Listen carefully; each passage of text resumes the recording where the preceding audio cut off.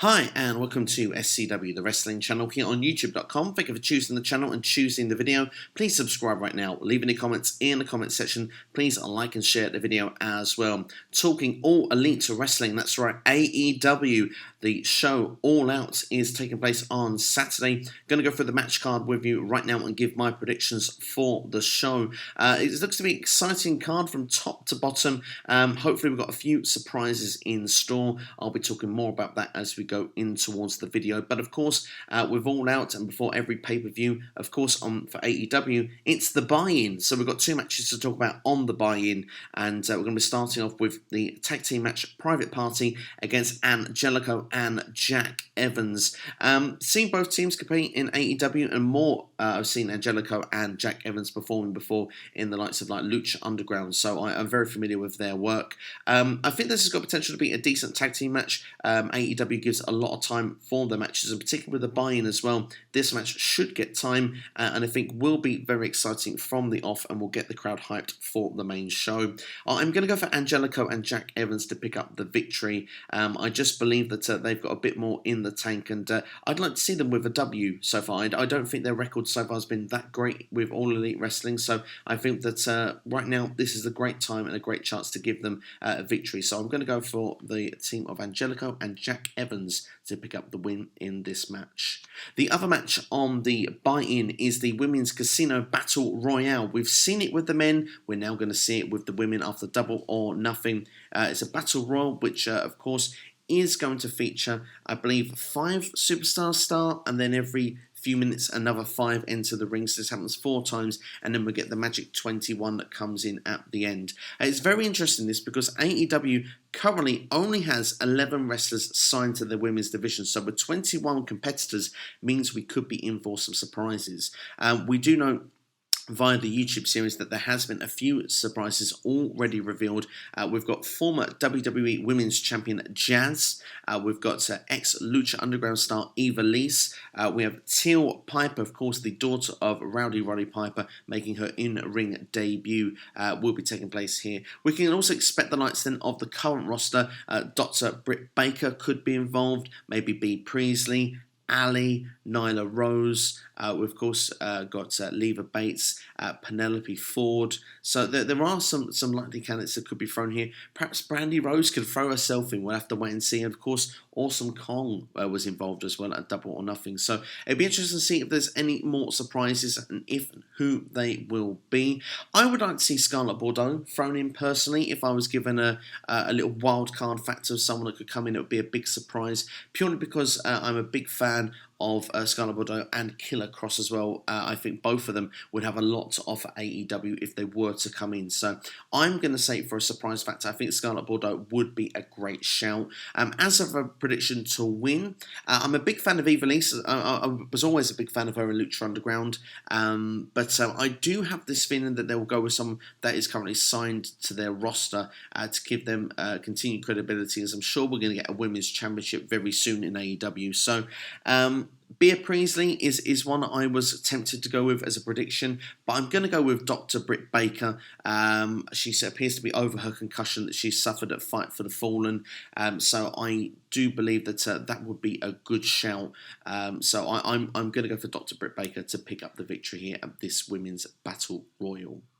So then on to the main card then, and going to start off with SCU. We're going to be taking on Luchasaurus, Jungle Boy, and Marco Stunt. Great to see this trio that's been formed together. I like the idea of the Luchasaurus and Jungle Boy, Marco Stunt all being thrown together. I think this is going to have certainly an entertainment value for a 6-man tag team match. Of course, the SCU are fantastic characters as well as in-ring performers, and I think that they will sell this match very well for any gimmicks that are going to be thrown within this match. But coming with a victory standpoint, I am going to go with SCU to pick up the victory here.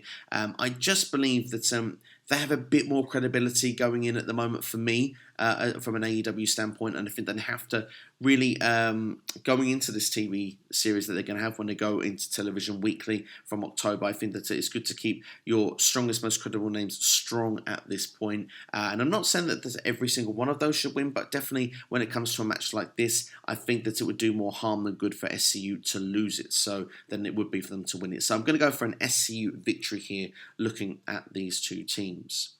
Next then, we're going to have a AEW World Tag Team Championship tournament match here. We've got the Dark Order against the Best Friends. Looking at the previous stuff so far with AEW, the Dark Order have been pushed very strongly. Now, I am a fan of Best Friends. I really enjoyed the work with New Japan and Ring of Honor. It's good to see that this match is going to be featured on the main card, because I know that I believe at least one of the matches of Best Friends has been on the buy-ins so far, but good to see it on the main card.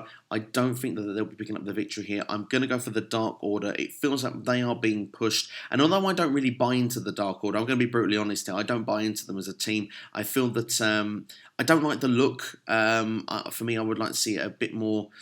They look too indie for my liking. If we're going to go for here like a main promotion, something that's going to really rival WWE, I would like to see an improvement in the ring attire and the look to these guys. But in ring work, they are very good, and I expect that they will be picking up the victory. So my prediction will be the Dark Order. Next, we're going to have looks to be a freeway, triple threat, however you want to call it. Darby Allin versus Jimmy Havoc versus Joey Janela. Three crazy wrestlers thrown together in the same match. I expect that the rule book is probably going to be thrown out the window for this one. Of course, there was a miscommunication with these guys, cost them a victory. Fight for the Falling against MJF, Sammy Guevara and Shawn Spears at the time. And there was a ruckus that was backstage, which then this match was set. I'm looking forward to it. I think that there's a lot here that will be gained from this match. I mean, Joey Janela is been involved in high profile stuff so far with All Elite Wrestling. Of course, technically, when we look at the All In event, it wasn't technically an All Elite Wrestling show, but Joey Janela was in a high profile match there. Darby Allin was involved against Cody at the last one and actually went to a time limit draw. Jimmy Havoc as well, great reputation with him going in here. It's hard really to pick a prediction for this one, but I'm going to go with a Joey Janela victory, just purely because of the fact that at this particular stage, I don't know, I just feel he had a great match as well with Jon Moxley, which was a main event of the last one that they did. So I kind of feel that maybe Janela here could do with a victory. So I'm going to go for a Janela victory here, but I expect this one to be absolute carnage. Next then, we're going to look at a women's match, and I hope I'm going to do the pronunciations well for this one. Riho going to take on Hikaru Shida here in a match there, and like I say, I've probably butchered those names and I'm very sorry indeed. I'm sure I will get more familiar of how to pronounce their names the more I see AEW. But these two are going to be one-on-one. I expect it to be a good match. I have seen both of these compete before, and they're both great in-ring competitors. The one telling here to make a prediction is that only one of them is officially signed with AEW, which is Hikaru Shida. So I am sort of kind of leaning towards more of a victory towards her, but if Riho is going to sign with the company, then maybe my prediction might change. But for this moment here, right now, I am going to go with Hikaru Shida to pick up the victory, purely just because she is signed with AEW, and of course you want to keep your signed talent looking strong heading in to TV. Next, I'm going to look at Pac versus Kenny Omega, which of course originally was meant to be Jon Moxley versus Kenny Omega. So I get to talk about Mox here for a couple of seconds before I go on to the match here. And it's a real shame. It really is. I was really looking forward to Moxley versus Omega. They built the match really well also. But perhaps maybe this could be a blessing in disguise in the long run. Looking at it, I mean, Moxley will come back then on television one week, which will get a ratings pop. They'll have a chance to build the match even further. And by the time we get to the next one of these special pay-per-views that they do for All Elite Wrestling, we'll want to see Moxley versus Kenny Omega even more. So, although we've had it taken away from us now, I do kind of feel that in the long run, it's going to benefit even more. Without being someone very controversial here, using WWE terminology in an AEW video, you only have to look at Becky Lynch at the time when she was taken out, when she was supposed to face Ronda Rousey. Look how it turned out for her. Her push may not have continued past Survivor Series at that time had she not been taken out. She then went on to the Rumble, she went on to Mania, and look, she's still the champion now. But enough of WWE. We're not talking WWE here. This is All Elite Wrestling here. This is the alternative. And to look at the match right now, we've got Pac versus Kenny Omega. It's going to be a great match. Pac is an incredible performer. So is Kenny Omega. And if anyone can make a match out of nothing here, really, these two really can. Pac, my only worry here is that before he wasn't willing to do a job, it was said at the last time they did Double or Nothing, which is why the match of Hangman Page never took place. I personally believe Pac has got to do the job here because the build here is for Kenny Omega versus Jon Moxley later down the road. So for that, you need to keep Kenny Omega strong. So for me, Kenny Omega is going to pick up the victory here. But I do wonder with injuries whether it is a good thing to let guys go and put all-out performances so close to an AEW event. As we go into the next match, I'm quickly going to say Rey Fenix did pick up a knock very recently, and that could have took him out here. And this is another big marquee match here on this event. You can't have your top guys getting injured, going all out before you've got these pay-per-views, because you'll learn very quickly that you're going to be missing your main talent, and then people are going to have less interest in your shows. Now, why was I talking about Rey Fenix? Of course, the AAA World Tag Team Championships are going to be on the line in a ladder of death match. That's right, we've got the return match here of the Lucha Brothers. That's right, which is why I mentioned Rey Fenix and Pentagon Jr. Going to be taking on the Young Bucks. Now, I'm very excited for this. Both teams technically faces here. I don't really see... both teams are very popular here. They had an outstanding match, Double or Nothing. I can't wait to see what's going to happen with ladders involved. The Young Bucks have done great ladder matches in the past. I mean, even with the Hardy Boys when they did that in Ring of Honor, I believe it was about 18 months or so ago now. The Lucha Brothers have been involved as well with LAX, Recent Impact Wrestling, also with ladders involved. So, I mean, these guys are very much familiar with the weaponry that's going to be involved with this match. I think it's going to be an absolute classic. I mean, I love ladder matches. They're one of my favourite type of gimmick matches. But to give a prediction here, I'm going to go for the Lucha Brothers here to retain the championships. The Young Bucks, I believe, have won every single show so far AEW has put out. And of course, this is for the AAA World Tag Team Championships. I don't know if they're going to be continually performing all the time on AAA, even though they've got that working relationship. For me here, this is the right time for the Lucha Brothers to keep that closest chapter off, and then if they want to return to this, they should then involving the AEW Tag Team Championships, in my personal opinion. But that's my prediction for that match. Next, I'm going to look at Cody versus Shawn Spears. And this one could be a bit controversial, me talking about this one. This is why I've left this one a bit later, because I think this is going to be a big match here. I mean, they have done some very controversial things to make this match happen and put it together. Of course, Shawn Spears with that chair shot to the head on Cody at the, I believe it was Fight to the Fallen. It may have been Fighter Fest. I can't remember which one is off the top of my head. But that was a big talking point at the time. Got a lot of people either in favour of AEW or actually against it. Got quite a bit of backlash as well. For me, it got the backlash. I don't really feel that these chair shots to the heads are a good idea. We know what that can lead to. So many people have suffered with concussions, and we've seen so much going on with that since. I don't really want to see that brought back. I know chair shots can seem a bit weak when they're just to the stomach and to the back, but it's safer for the competitors to do it in that sort of way. I would prefer to see it not chair shots to the head. But Shawn Spears now has got Tully Blanchard in his corner now, watching over him. They seem to be building Shawn Spears up as a big deal in AEW. Now here comes the real controversial thing from me. I really do not buy Shawn Spears picking up a victory over Cody. You're talking about a guy who was built as Ty Dillinger less than 12 months ago on WWE TV, who could not get any TV time, and when he did, he jobbed very quickly. So we're talking about someone who was in catering a year ago, who now has got the ability to show what he can do, but should he really be beating one of the people who are one of the biggest stars of AEW at this point. Name value, Cody is right up there near the top. I personally think it's not a good booking move. I think Cody should be the one going over here. But they're building Shawn Spears up. He's got Tully Blanchard in his corner. They're building him up now as what's supposed to be a serious, creditable heel. And they're going to probably make something of Shawn Spears. And I'm not against that. I want something to be made of Shawn Spears. I think he's a good talent. I think that he could be something. I just wondered if it was just too soon into the birth of AEW, because you look at other companies, Impact Wrestling, for example, they take a guy from WWE, they make him a main eventer very quickly. That didn't help that company in the long run. You can see now why AEW is already the number 2. They've not even started with their weekly TV, and they are already the number 2 company. I wonder if it's a mistake, but I'm going to go with Shawn Spears to pick up the victory here, because they've done so much in his favour. And Tully Blanchard in his corner, I just feel the guy's a legend, and I think that this pairing is, it's the birth of it right here. And I think that from a writing standpoint, it does make sense for Shawn Spears to go over. For all the other reasons I've given, it's wrong. Cody should be winning. But the prediction for me is Shawn Spears.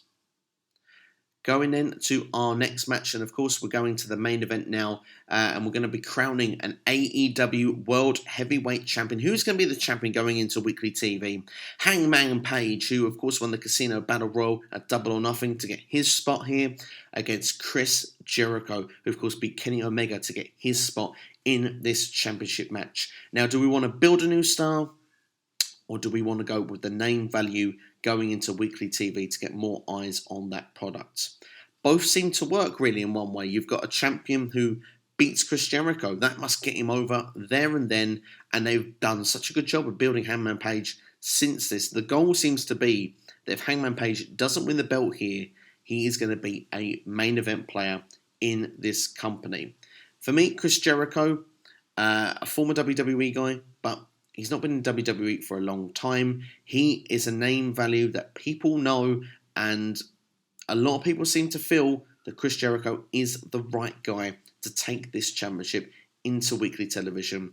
I am going to agree.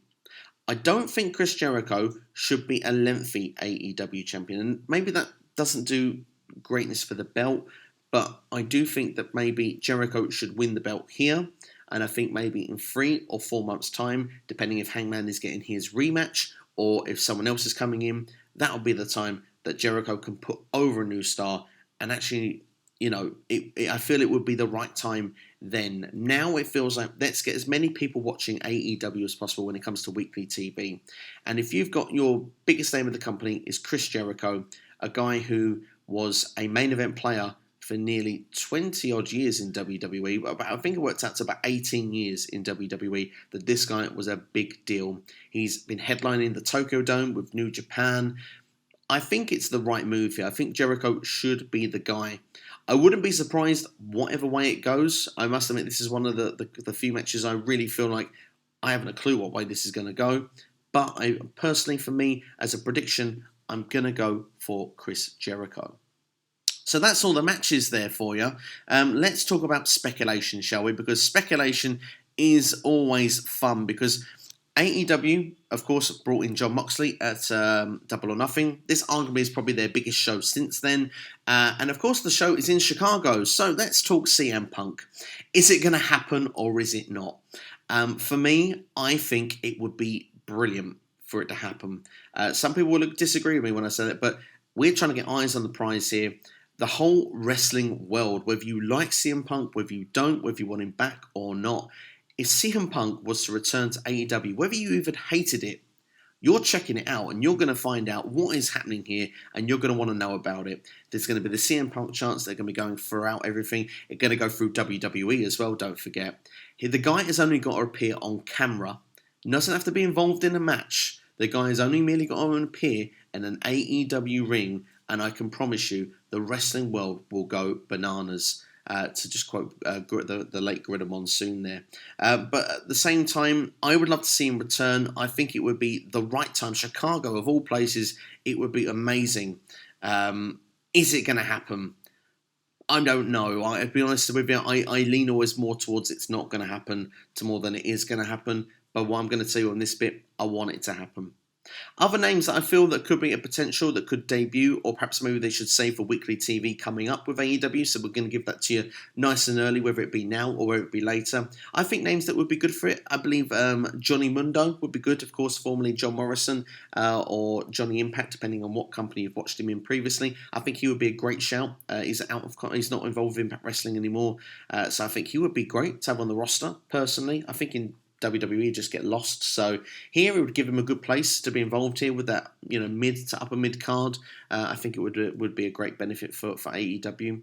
Killer Cross, like I said to you before, would be an amazing addition. Him with Scarlett Bordeaux would be awesome. I'm a big fan of his work. I think personally for me, the guy is he's got a great intimidating factor about him. He really is intense. You believe every promo he says. He's very intense, very psychopathic, really. And I think that he would have a lot to offer from a main event standpoint as well. Looking at as well as the Scarlett Bordeaux, I think one more I'm going to throw out there. The LAX, Santana and Ortiz, of course, they are no longer with Impact Wrestling either. And I think that they would be very creditable for an AEW tag team division. We mentioned their teams there, like Best Friends here. We've mentioned the Lucha Brothers. We've mentioned the Young Bucks. I mean, how cool would it be as well to have Santana and Ortiz as part of that lineup for AEW? Whether it knows what happened now or when it comes to weekly TV, we'll have to wait and see. But for me, personally, I'm excited about that. I think it'd be really cool if those additions could happen.